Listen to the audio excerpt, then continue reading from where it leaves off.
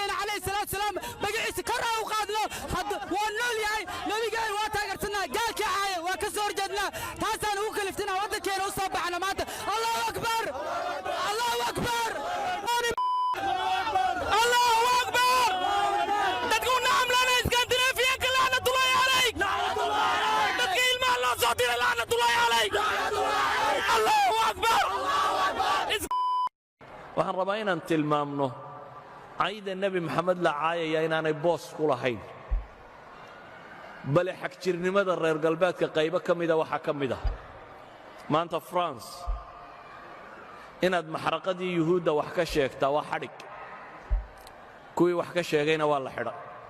weli qof kasta oo muslin ah waxa uu ka careysan yahay hadalkii xumaa ee ka soo yeeray gaalkii Faransiiska ahaa maanta magaalada Muqdisho iyo sidoo kale gobolada dalka waxa ka dhacay dibadbaxyo waaweyn oo looga soo horjeedo gaalkii bakhtiga ahaa ee nabigeena aflagaadeeyay sidoo kale dunida kale ee islaamka ayaa ilaa hadda ka soo horjeeda arrinkii foosho xumaa uu ku kacay gaalkaas iyadoo alaabaha dalka Faransiiska ay u dhoofin jireen wadamada islaamka maanta laga soo saaray dukaamadii loona celinayo dalka Faransiiska haddaba wadayaal barnaamijkan waxa aan kugu soo bandhigi doonaa muuqaalada la xiriira barnaamijyada waaweyn ee looga soo horjeedo gaalkaas haddaba daawade haddii aadan adigu maanta barnaamijyada ka qayb gelin waxaad uga qayb geli kartaa inaad muuqaalkan sii baahiso oo sidoo kale sii share garayso taas ayaa dad badan oo gaala ah ka sii careysiinaysa muuqaalka noo la garay waxay ka qayb qaadanaysaa inuu muuqaalku meel dheer gaaro channelkeena subscribe saar gomaleelkana furo sida aad ula socotid barnaamijyada iyo muuqaaladan halkan soo gelino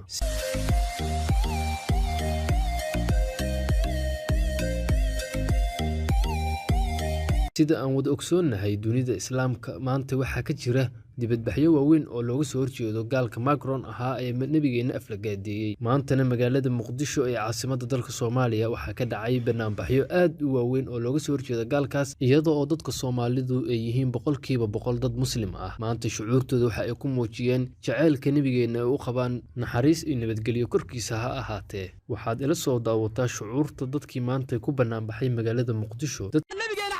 السلام بقيس كره وقادنا ونول ياي نبينا واتاقرتنا قال كعاية وكسور جدنا تاسان وكلفتنا ودكين وصبعنا مات الله أكبر الله أكبر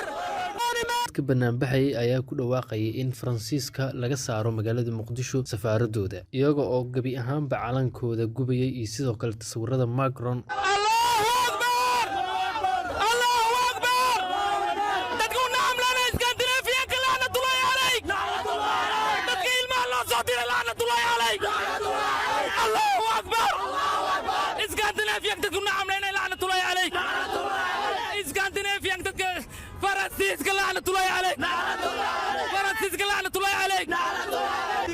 sidoo kale waxaad la soo daawataa qaar kale oo ka mid ah dadweynihii maanta sida weyn uga dhidhinayay arrinka looga soo horjeedo gaalka bakhtiga ah ee nabigeena aflagaadeeyay naxariis iyo nabadgelyo korkiisa ha ahaatee qaar waxaan isugu nimid gaalada nabigeena diinteena suurad xumaynaya oo mar walba u taagan inay diinteena aayaan annaguna aan fadhino annaga dad islaam ayaguna bannaanada ay u taagan yihiin inay diinteena iyo nabigeena aayaan ayaan ka dhidhinaynaa shucuurteennana muujinaynaa mar dambana ka dhagaysamayna dadka muslimkaana waxaan u sheegaynaa ayaguba shucuurtooda ayoo kristaan ayay muujinaynaa annagoo islaam inaan shucuurteenna muujinno bannaankana u taagnaan inaan difaacno diinteenna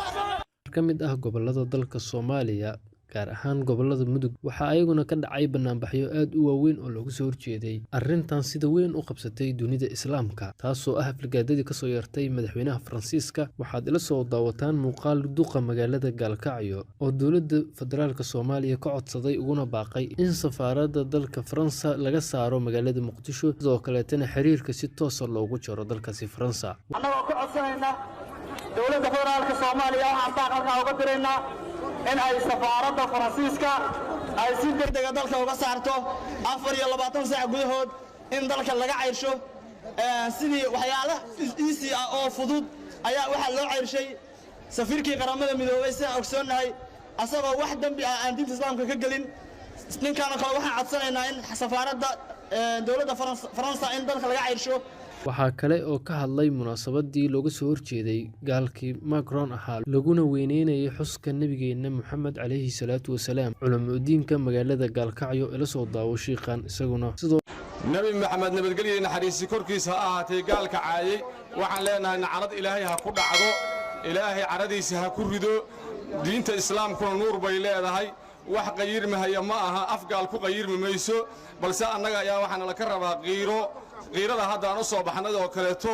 inaan diinta ugu soo baxno ayaa la rabaa marka dadweynaha reer gaalkacyo aad baan marka labaad iyo marka saddexaad ba idiin mahad celinayaa oo kaleete magaalada Cadaado ee deegaanada Galmudug ayaa iyadana si weyn looga soo horjeestay hadalkii gaalkii waqtiga ahaa ee nabigeena aflagaadeeyay magaalada Cadaado waxa isku soo baxay kumanaan dadweyne ah kuwaas oo sheegay in alaab laga keenay magaalada Faransa aysan u ogoleen magaalada Cadaado in lagu dhexgado ama lagu isticmaalo iyaga oo sidoo kale dawladda federaalka ka codsaday iyaguna inay xiriirka u jaraan safaaradda dalka Faransa nabigana ay dhibi kartaa ma jirto calayhi salaatu wasalaam laakiin way u qasdeen inay dhibaan ayagu way damceen damacooda ayaa sidaas ah ilaahay muxuu ugu jawaabo uu ku xukumay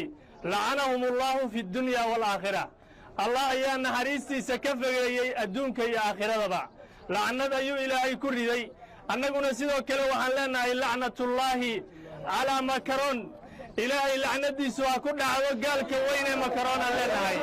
دوميو كحجين كدقمد عدادو أيا سجونا كهالله مناسبة دي سيدوين لوجا سور شيء قال كي حق شركة أها نعلى ذي كركي سها أهاته وهربا مرة بعض مرسد حق ودقينا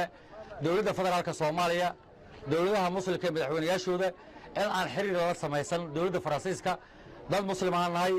waxaan nahay mataqaanaa mas'uuliyiintii islaamka nahay waxa loo baahan yahay inaan ka dhiidhino ka dagaalno wax xiriir iyo wax dana inaan ka samaysan ay ila tahay waa soo daawatay muuqaalada iyo banaanbaxyada waaweyn ee ka dhacaya gudaha dalka Soomaaliya kuwaas oo looga soo horjeedo Macron oo ah Kirishtankii nabigeena wax ka sheegay rasuul diino dooni meero nabigeena calayhi salaatu wasalaam ninkii ku soo xadgudbo dagaalka ka xignaa dhiigeena u daadinayna dad islaamana Soomaaliyeed قال كيف فرانسيسكا أو مرتكتكا أو نبينا عليه الصلاة والسلام وقفي أيام دتك ومدى الإسلام كصباحي شعورتنا تحت يوم وجنيان ما تنوح موجنينا